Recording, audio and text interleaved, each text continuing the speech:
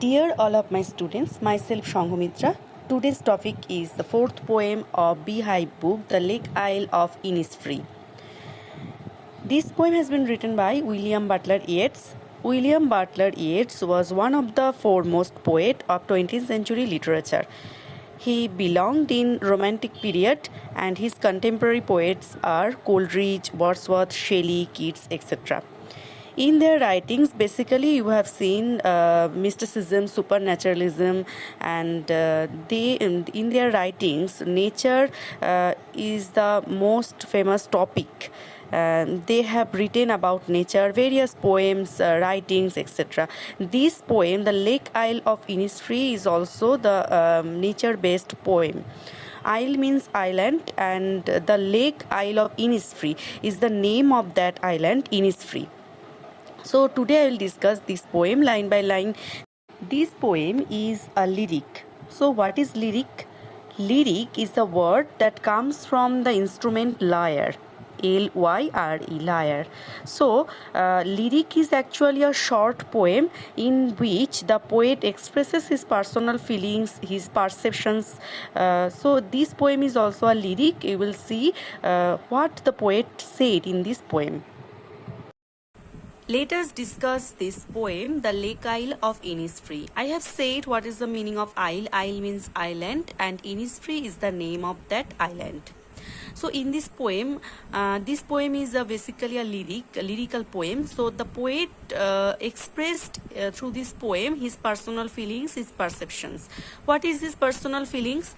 Actually, the poet W.B. Yeats wanted to go to Innisfree and spend for some days or nights, spend some time because he longed for the tranquility and peace of Innisfree, because Innisfree is the place which was famous for that tranquility and peace. So the poet wanted to go there.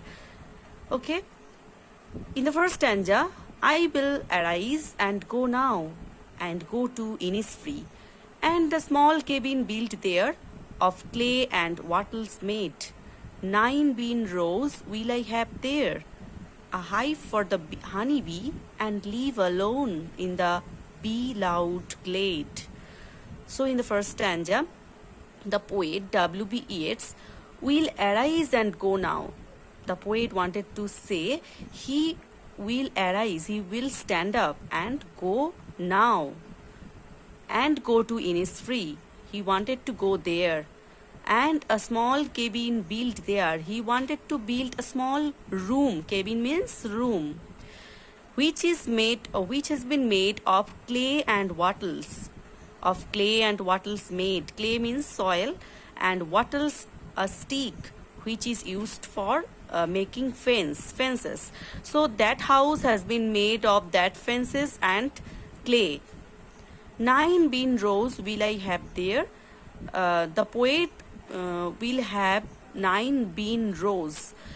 He will have built some beans there for taking food, because without food he will not stay there, because some food needed for staying there. That's why he will have built there some beans. 9 beans rows. 9 rows he will just prepare for growing beans. A hive for the honeybee. Hive means the house of honeybee, sale of honeybee. So there will be some sale of honeybee. Honeybee will make in that bean bean plants a hive.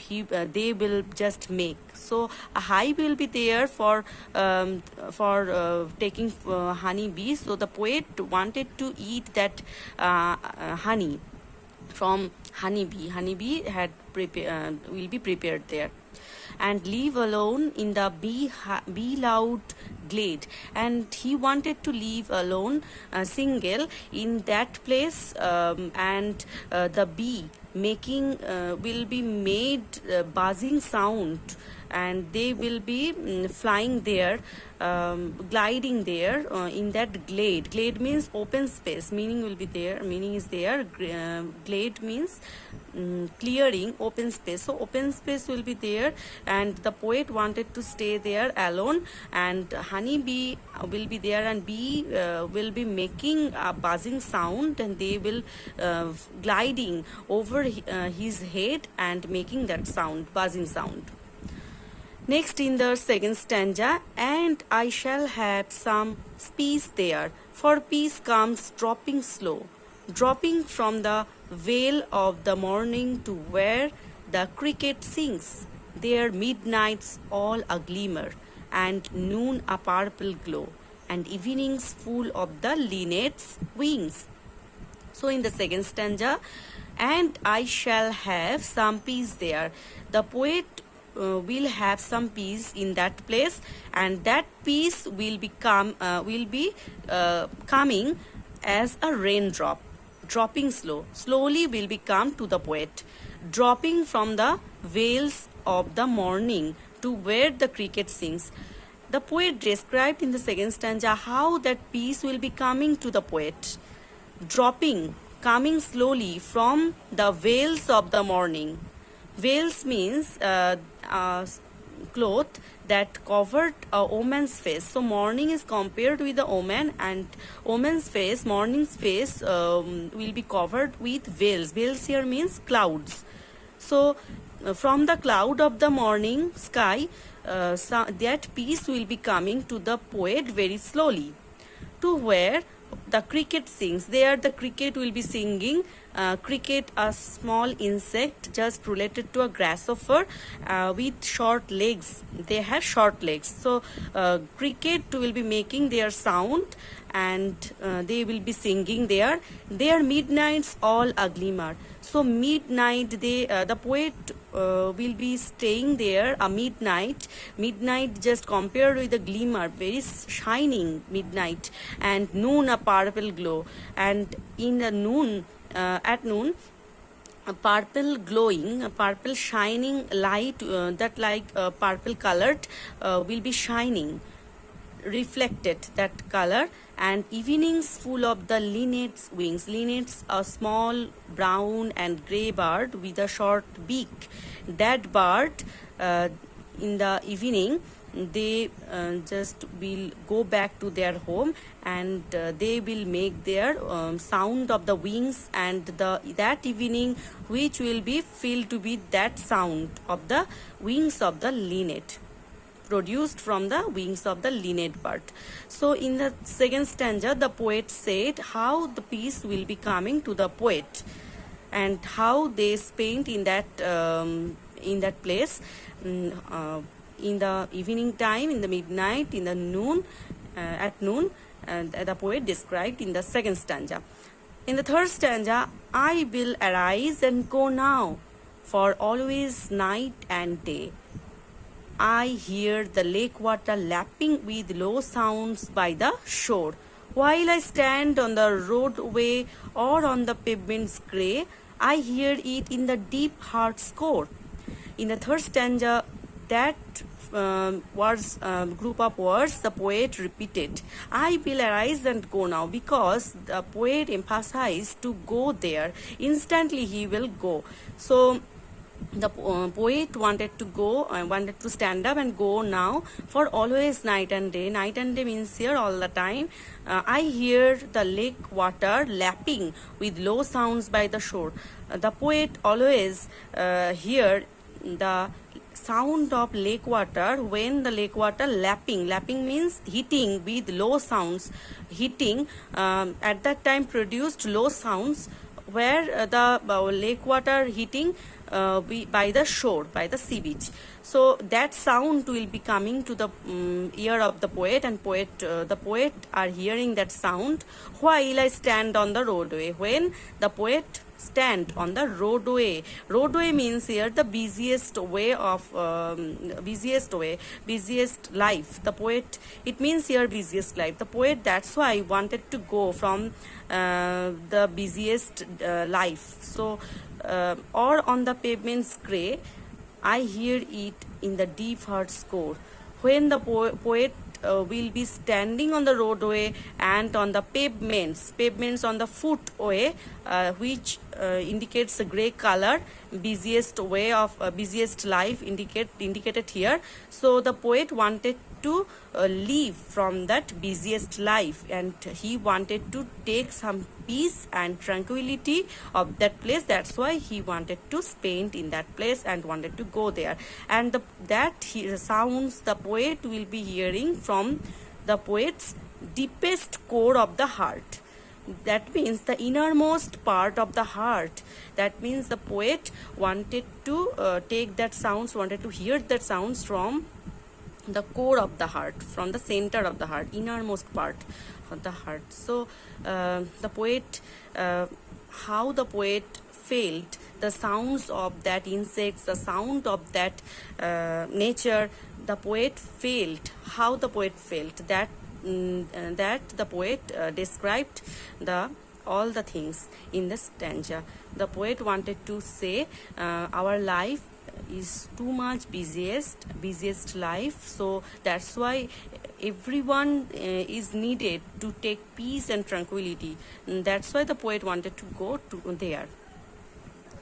And now I will discuss the literary devices used in these poems. In the first stanza, at first I have said the rhyme scheme used in this poem. What is the rhyme scheme?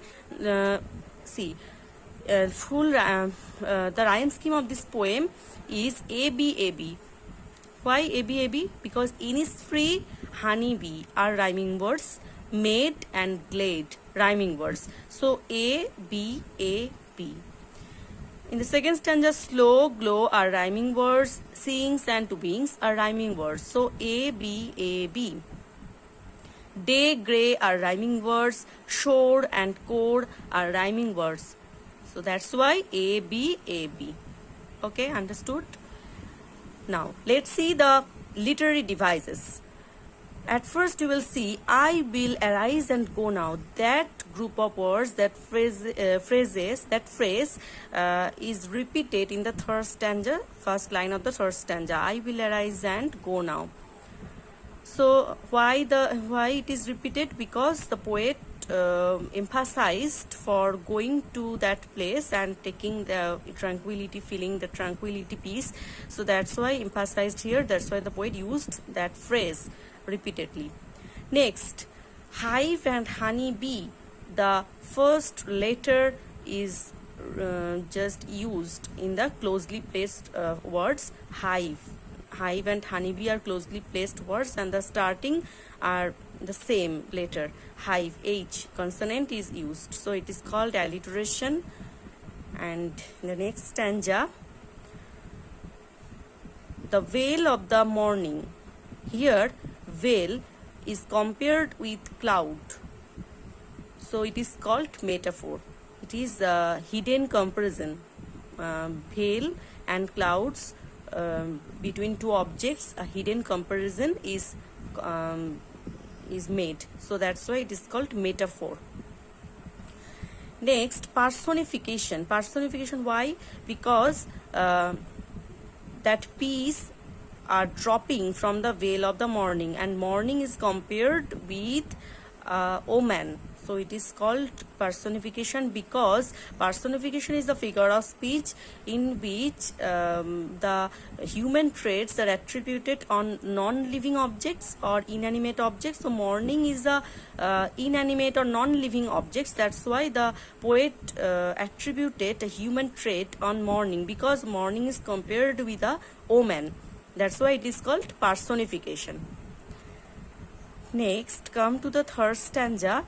Here it is repeated, first line, and here lake, lapping, low. In the closely placed words, L, the same consonant is repeated, so it is called alliteration.